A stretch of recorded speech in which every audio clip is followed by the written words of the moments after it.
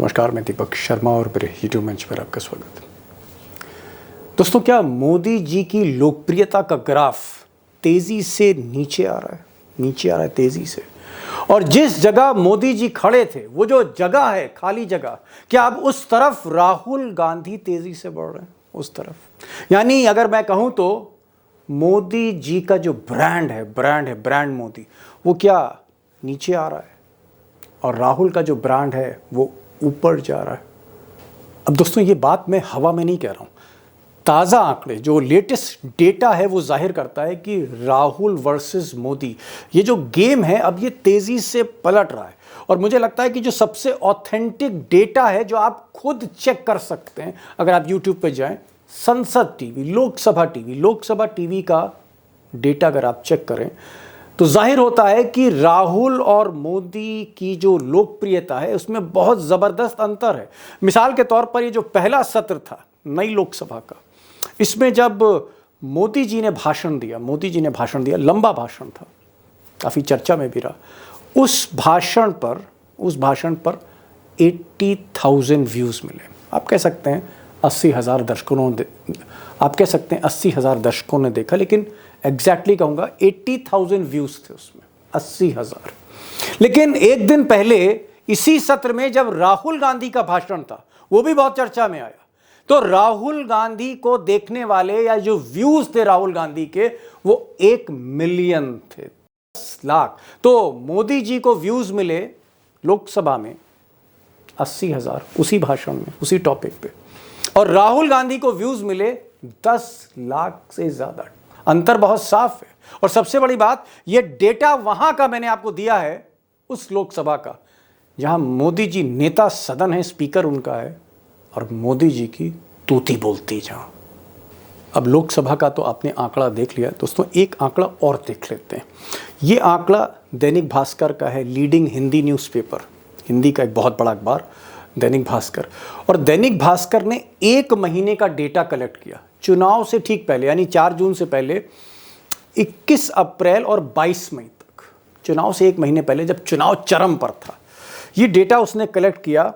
और ये डेटा कहता है दैनिक भास्कर का कि यूट्यूब पर मोदी जी को मिले 26 करोड़ 28 लाख व्यूज़, 26.28 करोड़ व्यूज़ मोदी जी को, ज़्यादा है।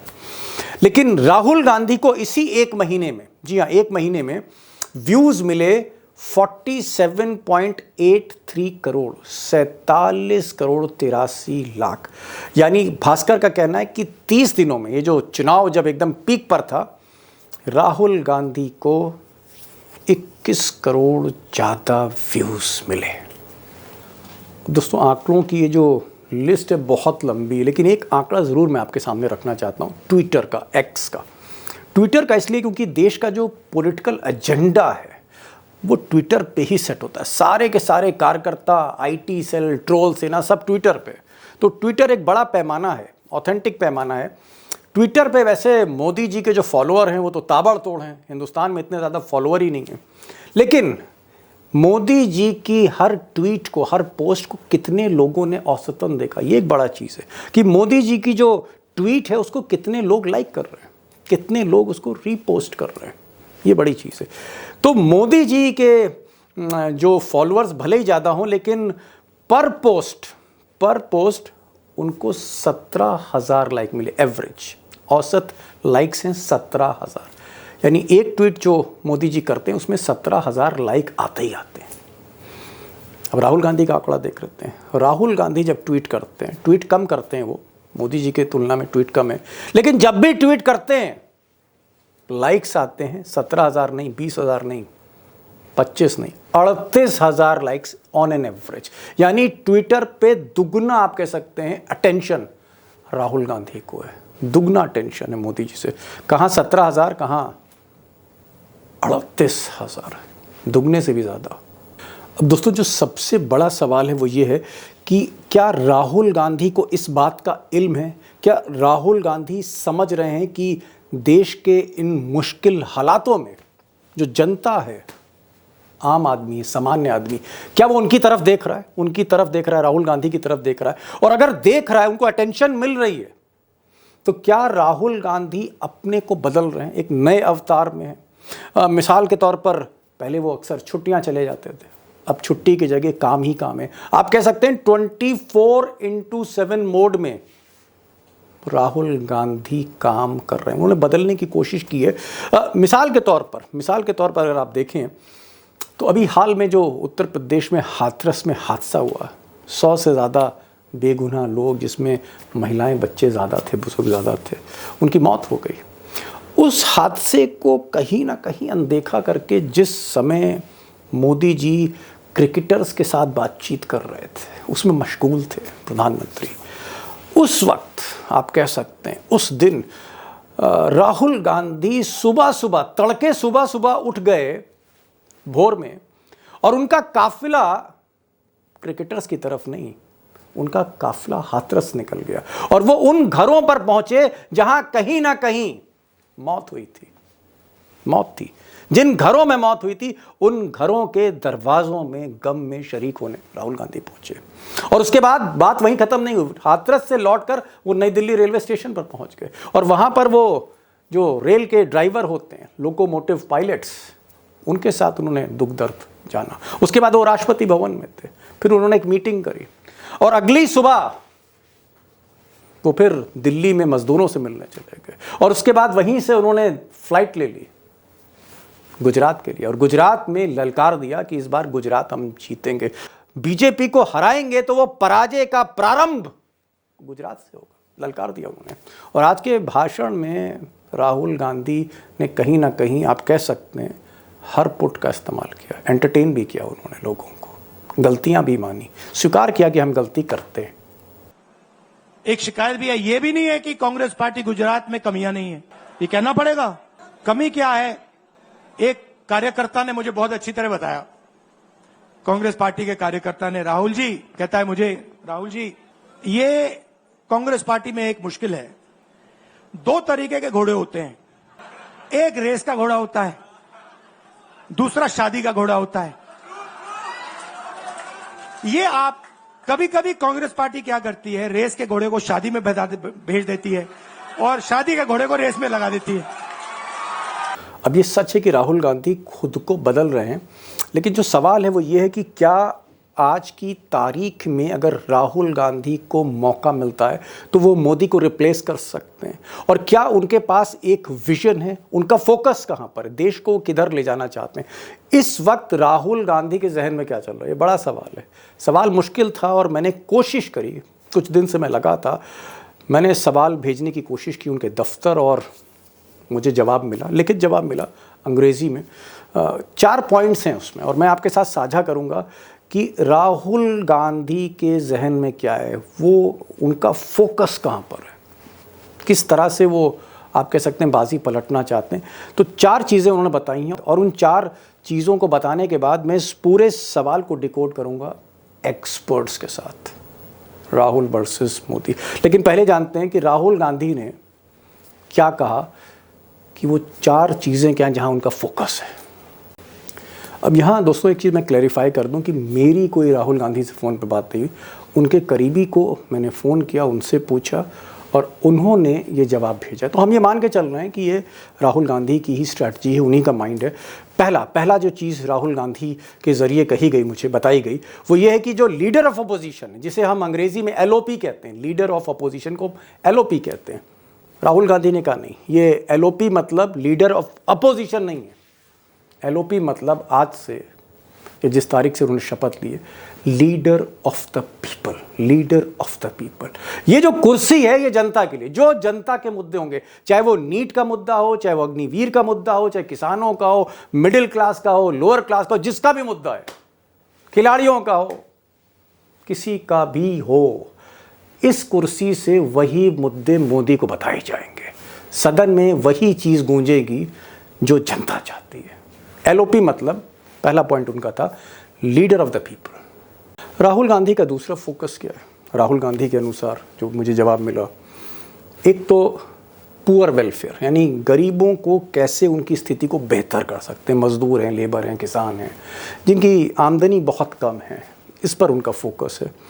दूसरा सोशल जस्टिस संविधान की जो बात कर रहे हैं, संविधान को लेकर चल रहे हैं, जाहिर तौर पे वो इनका एक फोकस एरिया है।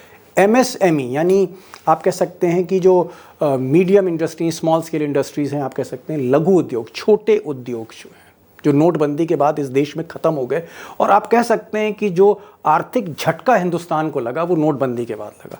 तो ये जो छोटे और लघु उद्योग हैं कस्बों में, छोटे शहरों में, इनको वो रिवाइव करना चाहते हैं। ये उनका एक प्लान है और उस पर वो काम कर रहे हैं।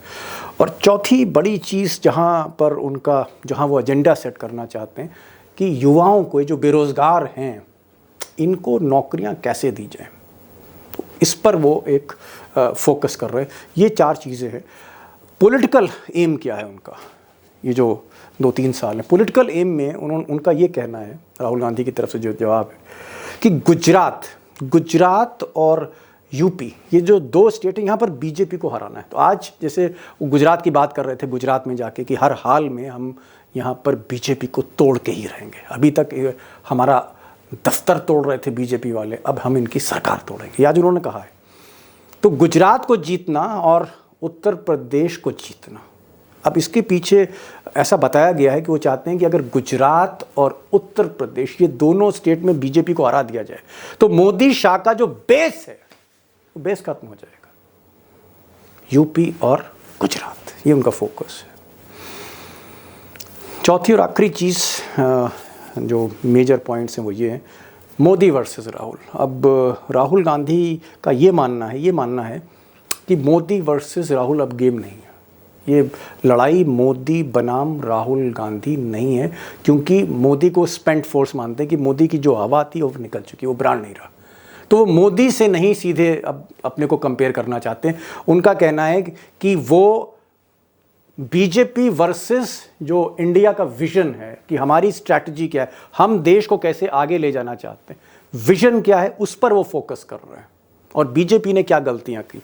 तो आप कह सकते हैं कि कुल मिलाकर राहुल गांधी इस खेल को मोदी गवर्नमेंट वर्सेस इंडिया का जो प्लान है वो करना चाहते हैं, इसको निजी लड़ाई में उलझाना नहीं चाहते। और कुल मिलाकर गुजरात और उत्तर प्रदेश ये उनके जहन में है, और अखिलेश का साथ है ही, परफॉर्मेंस उन्होंने अभी दी है, गुजरात को इम्प्रूव करना है, कुछ और स्टेट्स भी उनके निशाने पे आगे हम बात करेंगे। और एक चीज़ मैं फिर से क्लैरिफाई कर दूं कि राहुल गांधी से मेरा कोई इंटरव्यू नहीं हुआ।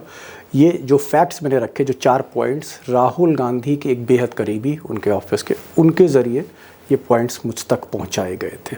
बहरहाल मैं अब असली सवाल पे आता हूं, और सवाल ये है कि क्या मोदी को धीरे धीरे, slowly, gradually Rahul Gandhi replace कर रहे हैं, और क्या उस रास्ते पर राहुल की गाड़ी आ चुकी है और डेस्टिनेशन क्लोज है। क्योंकि एक चीज़ हमें नहीं भूलनी चाहिए दोस्तों कि मोदी ना 303 पर हैं, ना 282 पर हैं, वो 240 पर है, बहुमत से बहुत नीचे। और एक सवाल मैं अपने एक्सपर्ट से ये भी करूंगा कि क्या 240 पर उतर कर मोदी फिर सीढ़ी चढ़ सकते हैं 272 की? क्या ऐसा हो सकता है कि रिवाइवल हो सकता है मोदी का, या नहीं हो सकता? Big question. सीधे बात करेंगे तो खास मेहमानों से। अशोक वानखेड़े टाइगर हैं, मोदी जी को समझते हैं जब वो मुख्यमंत्री भी नहीं थे। और हमारे साथ प्रोफेसर रविकांत हैं। रविकांत जी को मैंने आज इसलिए न्योता दिया क्योंकि राहुल गांधी से कई इंटरेक्शंस उनके हुए हैं, कई इंटरेक्शंस हैं उनके। तो राहुल गांधी के जहन में क्या है, वो प्लान को भी जानने की कोशिश मैंने की। तो रविकांत जी को भी सुनिए, वानखेड़े जी साहब को भी सुनिए, खुद समझने की कोशिश करिए कि ये जो जंग है, एक तरफ बीजेपी है जिसको मोदी लीड कर रहे हैं, एक तरफ इंडिया है जिसको राहुल गांधी लीड कर रहे हैं, आगे क्या होने जा रहा है। पहला सवाल मेरा टाइगर से है, अशोक वानखेड़े टाइगर से। टाइगर, मैं एक चीज जानना चाह रहा था, ये जो ब्रांड अभी तक हम कहते थे भाई कोका कोला अच्छी या पेप्सी अच्छी, बाटा अच्छा या एक्शन अच्छा, लेकिन अब जो है इस वक्त जो सबसे बड़ा डिबेट है देश में कि राहुल गांधी को लोग ज्यादा सुन रहे हैं, मोदी को ज्यादा सुन रहे हैं। और कई आंकड़े हैं, एक आंकड़ा यूट्यूब का, अगर यूट्यूब को एक बड़ा मंच हम माने तो जो 22 जून से 28 जून का हफ्ता है उसमें से राहुल गांधी को लोगों ने देखा 1,27,00,000 हफ्ते भर में, और मोदी जी को 73 लाख, ऑलमोस्ट हाफ। और अगर हम राज्यसभा टीवी का आंकड़ा उठाएं, मोदी जी का चैनल, मोदी जी के बेल्ट के अंदर का चैनल, धनखड़ साहब जहां विराजमान है, और अगर हम लोकसभा देखें वहां भी कमोबेश यही हालत है। तो क्या इससे पहले कि मैं राहुल गांधी पर आऊं, एक बड़ी सटीक टिप्पणी आपसे चाह रहा था, क्या टाइगर मोदी का जो ब्रांड है, वो जो कोका कोला ब्रांड, क्या वो ब्रांड नीचे आ रहा है, उतर रहा है, या अभी वो बरकरार है? ब्रांड तो खत्म हो गया साहब, नीचे आने की बात नहीं, खत्म हो गया। देखिए, ब्रांड के पैमाने मात्र टेलीविजन पे टाइगर देखने की बड़ी बात नहीं बात, है। शुरुआत में बड़ी बात आप कह रहे हैं। बिल्कुल बिल्कुल बिल्कुल मैं कह रहा हूँ, और मैं अकेला नहीं कह रहा हूँ। संघ का मुखपत्र ऑर्गेनाइजर कर्नाटक के चुनाव के बाद ही बोल गया था कि नरेंद्र मोदी का ब्रांड खत्म हो गया है और राम नाम अब चलने वाला नहीं। और दोनों बातें लोकसभा चुनाव में साबित हुई। लोकसभा चुनाव में मोदी जी जहां जहां गए वहां वहां पराजय होनी पड़ी। जो बड़ी बड़ी जगह पे जहां पराजय हुई, उत्तर प्रदेश या महाराष्ट्र का आंकड़ा बताऊं मैं तो 17 जगह पर मोदी जी ने 17 रैलीज, 17, उसमें से मात्र 3 जगह पे जीत पाए, 14 जगह उम्मीदवार हारे बीजेपी के, तो लोगों ने रिजेक्ट किया। देखिए, एक होता है आदमी, एक मराठी में शब्द है हमारे, उसका एग्जैक्ट मैं हिंदी का करने का प्रयास करूंगा, सिसारी बसने, मतलब एक चीज आप इतना उसका ओवर कंज्यूम हो जाते हो कि फिर उसका एलर्जी होती है, ओवर नहीं चाहिए, ऊब जाता है आदमी, जिसको कहते हैं कि अब मैं ऊब गया, इतने आम खा गए कि आम से ऊब गया। 2014 से लेकर 2024 तक इस 10 सालों में मोदी मोदी मोदी मोदी इतना ओवर एक्सपोज हो गया। मन की बात करेंगे तो मोदी, हरी झंडी दिखाएंगे तो मोदी, बात करेंगे तो मोदी, हर जगह मोदी और मोदी मोदी मोदी। और मोदी करेंगे क्या? मोदी भविष्य के सपने दिखाएंगे, मोदी बड़े बड़े सपने दिखाएंगे। 1000 साल बाद क्या होगा, अब 2047 में क्या होगा। मोदी जी वर्तमान की बात करने के लिए अवॉइड करते थे, और ये देश वर्तमान पे बात चाहता था, क्योंकि वर्तमान पे बात किए बगैर आप भविष्य तय नहीं होता। इसलिए मोदी ब्रांड खत्म है। 240 पे यदि बीजेपी आई है तो 240 में से करीब करीब 50 से 60 सीटें ये कांग्रेस ने गिफ्ट दी है बीजेपी को। यदि कर्नाटक में सिर्फ कम डैमेज हुआ। मैं टाइगर आ रहा हूं। एक चीज जो यहां मैं पूछना आपसे चाह रहा था कि चलिए मान लिया, आपकी बात मैं मान लेता हूं कि मोदी की ब्रांड वैल्यू खत्म हो रही है, ढलान पर है, सूरज जो है, जो उदय हुआ और इस देश पर पूरा सूरज चमकता रहा 10 साल, वो कहीं ना कहीं अब अस्त होने की तरफ बढ़ रहा है, मान लिया। लेकिन राहुल गांधी में जितने भी आंकड़े, चाहे आप यूट्यूब के देखिए, इंस्टाग्राम के देखिए, फेसबुक के देखिए, ट्विटर एक्स के देखिए, या चलिए छोड़िए राज्यसभा और लोकसभा टीवी, मोदी जी जहां पर उनकी हुकूमत, वहां पर भी बहुत फर्क है। राहुल गांधी को लोग बहुत ज्यादा देख रहे हैं, मोदी को बहुत कम देख रहे हैं। इसका कारण क्या है? राहुल गांधी का फोकस क्यों? राहुल गांधी का फोकस इसलिए कि वो वैक्यूम हो गया।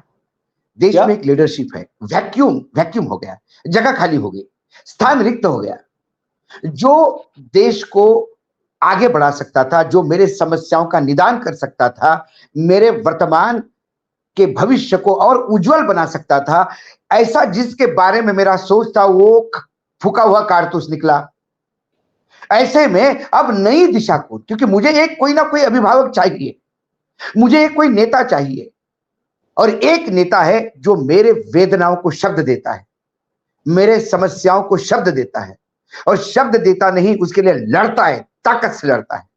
हमारे देश में प्रॉब्लम क्या है दीपक जी? महंगाई है, ये सरकार एक्सेप्ट करने को तैयार नहीं। सरकार इतना भी कहे कि महंगाई है, हम प्रयास कर रहे हैं इसको कंट्रोल करने की, थोड़ा हमको साथ दीजिए, तो जनता साथ देती है। लेकिन सरे नकारते हैं कि महंगाई नहीं है। राहुल गांधी महंगाई की बात करते हैं, राहुल गांधी बेरोजगारी की बात करते हैं, राहुल गांधी एनईईटी की बात करते हैं, नीट की बात करते हैं, राहुल गांधी चाइना मेरे भूमि पे कैसा है इसकी बात करते हैं, राहुल गांधी गिरते हुए रुपए की बात करते हैं, राहुल गांधी किसानों की एमएसपी की बात करते हैं। तो कम से कम किसानों को लगता है कि मेरे एमएसपी पे राहुल गांधी कोई बदलाव लाने के लिए नहीं, वो सही स्थिति में नहीं है, लेकिन मेरे कम से कम मेरे जख्म पे फूंक तो मार रहा है। महंगाई तो है ही नहीं, समझ गया, बेरोजगारी इस देश में है नहीं कि देश में जो तकलीफें हैं, देश की जो जनता, खासकर जो लोअर क्लास है, जो गरीब हैं, किसान हैं, मजदूर हैं, और एक बहुत बड़ा तबका बेरोजगार ना ना ना ना ना ना ये मिडिल क्लास, सबसे ज्यादा प्रताड़ित middle class, lower middle class, upper middle class, और आप करोड़पतियों को छोड़ दीजिए। आप ये मत सोचिए वो दुखी नहीं है, करोड़पति गन पॉइंट पे है, जिसके चाहे उसके ईडी की रेड हो जाती है, इनकम टैक्स की नोटिस निकल जाती है, पैसा दो, चंदा दो, इलेक्ट्रॉनिक बॉन्ड खरीदो। समाज का एक बड़ा तबका जो कहीं ना कहीं मोदी से मायूस है, उसको एक राहत, उसकी बातों को एक आप कह सकते हैं एक प्रतिबिंब, उसका एक इको जो है उनको राहुल गांधी में सुनाई पड़ रहा है। और इस वजह से राहुल गांधी को लोग ज्यादा सुन रहे हैं क्योंकि उन तकलीफों पर वो मरहम लगा रहे हैं। प्रोफेसर साहब, आपके कई इंटरेक्शंस राहुल गांधी से हुए, कई मंच साझा किए, कई बार बातचीत हुई है। राहुल गांधी को आपने हम दोनों से कहीं ज्यादा करीब से देखा है, इसलिए मैं आपसे एक सवाल कर रहा हूं कि ये सही बात है, आंकड़े जो बता रहे हैं उसमें राहुल गांधी को लोग ज्यादा देख रहे हैं, उन पर ज्यादा गौर कर रही है जनता। मोदी के पास अब उस तरह की व्यूज नहीं है, उस तरह के उनके पास लाइक्स नहीं है, उस तरह का अटेंशन नहीं है उनके पास जो राहुल गांधी के पास। क्या राहुल गांधी ने अपने को कहीं ना कहीं बदला है? क्या राहुल गांधी के साथ कोई टीम है? क्योंकि मैं देख रहा हूं राहुल गांधी को लगातार कभी वो हाथरस जा रहे हैं, सुबह 4 बजे उठ के 5 बजे घर से निकल जा रहे हैं, हाथरस पहुंच रहे हैं, फिर कभी सुबह उठकर जो है वो अगले दिन गुजरात में जाके ललकार रहे हैं, मोदी को ललकार रहे हैं। मैं देख रहा हूं कि वो राष्ट्रपति भवन भी जा रहे हैं, वो रेलवे स्टेशन भी जा रहे हैं, वो नीट के छात्रों से भी मिल रहे हैं, वो लोकसभा को रुकवा भी देते हैं नीट को लेकर, छात्रों की बात को लेकर। ये जो चेंज आपको राहुल गांधी में दिख रहा है, क्या कोई टीम है या राहुल गांधी को लग रहा है कि अब मौका है गुरु, अब चूकना नहीं है, अब एक स्पेस है, और वो स्पेस उनको दिख गई है राहुल गांधी को, इसलिए वो लगातार आगे बढ़ रहे हैं? भारत जोड़ो यात्रा के बाद जो राहुल गांधी की विश्वसनीयता बनी है, और इसमें एक बड़ा रोल नरेंद्र मोदी के ब्रांड के डूबने का भी है। नरेंद्र मोदी का जो ब्रांड है वो आज की तारीख में दीपक जी बैंड में तब्दील हो चुका है। उसे भोंपू बज रहा है, भोंपू, कोई सुनना भी नहीं, उसमें कोई सुर लय ताल नहीं है, उसमें नफरत है, उसमें गालियां है, उसमें भर्त्सना है, उसमें घृणा है। ये कौन सुनना चाहता है? जो जिंदा व्यक्ति है वो ये सब नहीं सुनना चाहता है। जिसके भीतर मनुष्यता है, करुणा है, उम्मीदें हैं, वो ये सब नहीं सुनना चाहता है। और राहुल गांधी के भाषणों में आप देखिएगा ताजगी है, राहुल गांधी के भाषणों में उम्मीदें हैं, आकांक्षाएं हैं, जुनून है, सबसे बड़ी बात है बदलने का, वो मादा है करने का, और फिर संसद से लेकर के सड़क तक। लेकिन डॉक्टर साहब एकदम ठीक कह रहे हैं। मैं कह रहा हूं कि क्या राहुल गांधी अब को इस बात का इल्म हो गया है, इस बात का एहसास हो गया है कि जगह खाली है और आगे बढ़ चलो, यानी जैसे हम रेल के डब्बे में घुसे और हमें बर्थ खाली दिखी, क्या राहुल गांधी को बर्थ खाली दिख रही है? डेफिनेटली वो है ही रास्ता। राहुल गांधी का जो रास्ता कभी कांटों से भरा हुआ था, कंटकाकीर्ण था, राहुल गांधी ने उसे पगडंडी में तब्दील किया था, और मोदी जी ने उसे राजपथ बना दिया कि लो चले जाओ, हम तो हैं ही नहीं, हम तो कुछ करना ही नहीं चाहते। तो अब तो राजपथ पर आ गए हैं। वो भले ही जनपथ में रहते हो, लेकिन असल में राहुल गांधी राजपथ पर आ चुके हैं, लोगों की उम्मीदों के राजपथ पर, लोगों के दर्द को, जो आपने कहा था, मरहम लगा रहे हैं जी। रोजगार का सवाल, चाहे वो किसानों का सवाल हो, मणिपुर का मुद्दा हो, और सिर्फ बोलते नहीं है राहुल गांधी। सबसे बड़ी चीज, कथनी और करनी के बीच कोई फर्क नहीं है राहुल गांधी के। मोदी जी किससे मिलेंगे? जहां ब्रांड बनेगा। वो क्रिकेट टीम से मिलेंगे, वो अभी कहिए कि बड़े स्टार से मिलेंगे। मंदिर का उद्घाटन करने भी गए तो कौन था वहां? तमाम फिल्मी स्टार थे, अंबानी अडानी का परिवार था। लेकिन राहुल गांधी जाएंगे तो मणिपुर में जो सिसकियां हैं उनको सहलाए। समझ गया। कहीं जब आप लोगों के नब्ज पर हाथ रखते हैं, उनके दर्द को जब आप कहीं ना कहीं कोशिश करते हैं सहलाने की, तो एक असर उसका होता है, मैं समझ गया। अब मैं लेकिन बड़े सवाल पर आ रहा हूं, बिग क्वेश्चन, और बिग क्वेश्चन टाइगर से है।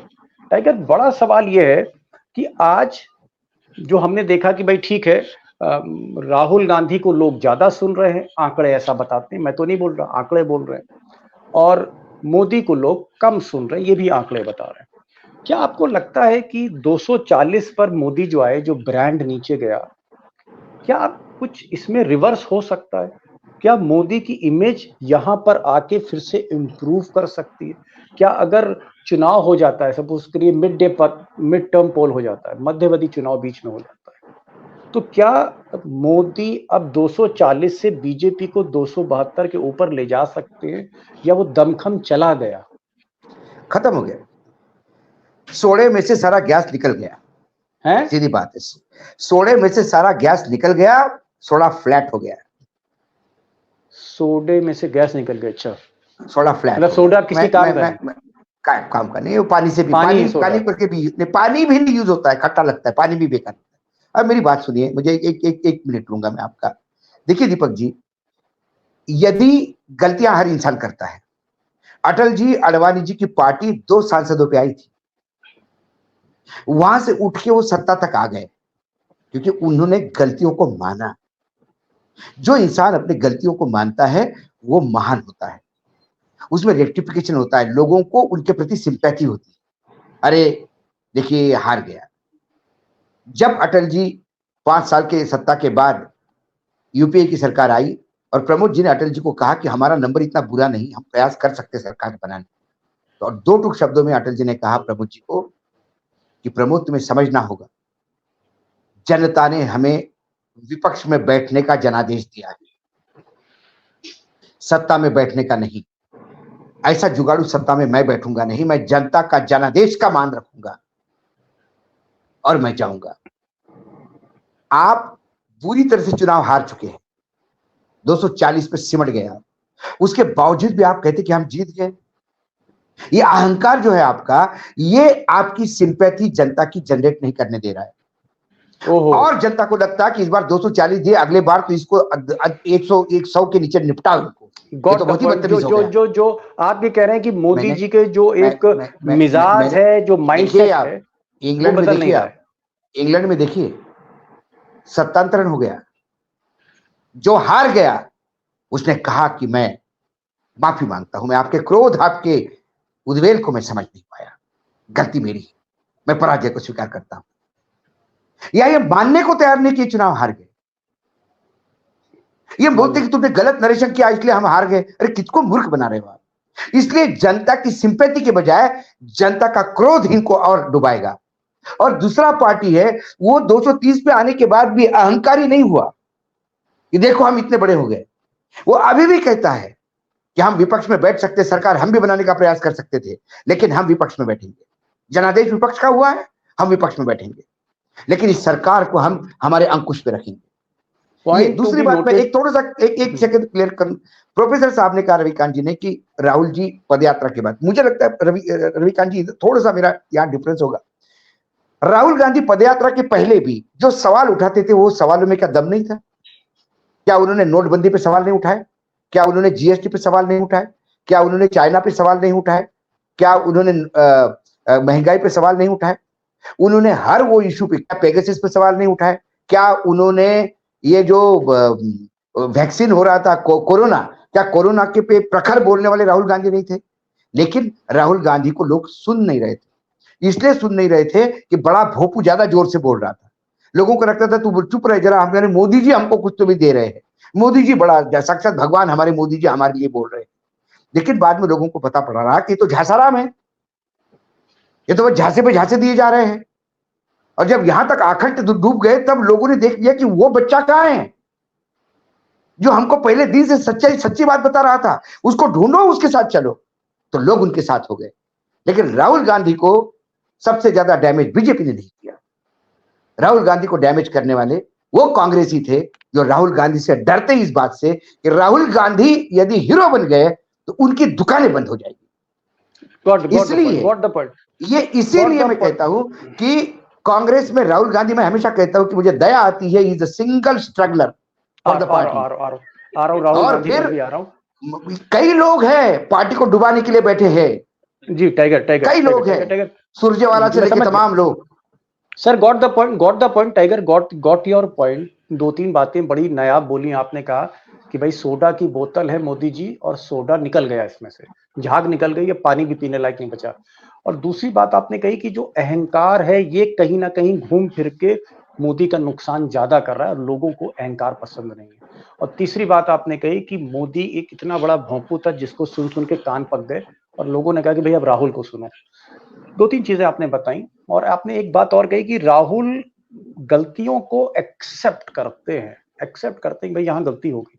आज गुजरात में प्रोफेसर साहब गुजरात में राहुल गांधी बोल रहे थे, मैं स्पीच देख रहा था उनकी, और उसमें उन्होंने कहा कि भाई हमसे गलती हुई, ये प्रदेश में हम बेटर कर सकते थे, गुजरात में हम बेटर कर सकते थे, 1 सीट आई, हमसे कुछ यहाँ गलतियां हुई। उसने कहा कांग्रेस में 2 तरह के घोड़े हैं, एक घोड़ा रेस का है, एक घोड़ा शादी का है। उसने कहा हमसे गलती ये हुई कि हमने रेस वाले घोड़े की जगह शादी वाला घोड़े को चुनाव में उतार दिया और वो हार गया। उसने कहा अब ऐसा नहीं होगा, अब रेस का घोड़ा चुनाव लड़ेगा और शादी का घोड़ा जलसों में नाचेगा। कहने का मतलब है उन्होंने सबके सामने गलती मानी। क्या आपकी जो इंटरेक्शंस हुए राहुल गांधी से, जितना करीब से आप राहुल गांधी को समझते हैं, उनके मिजाज को, मूड को, क्या Rahul Gandhi of the record जब बातचीत करते हैं, बिना कैमरे के बातचीत करते हैं, बंद कमरों में जब बातचीत होती है, जिसमें आप भी कई बार थे, क्या राहुल खुलकर बोलते हैं, अपनी गलतियां भी सामने बताते हैं, सामने वाले को भी बोलने देते हैं? क्या एक डेमोक्रेटिक माइंड है, लगता है आपको?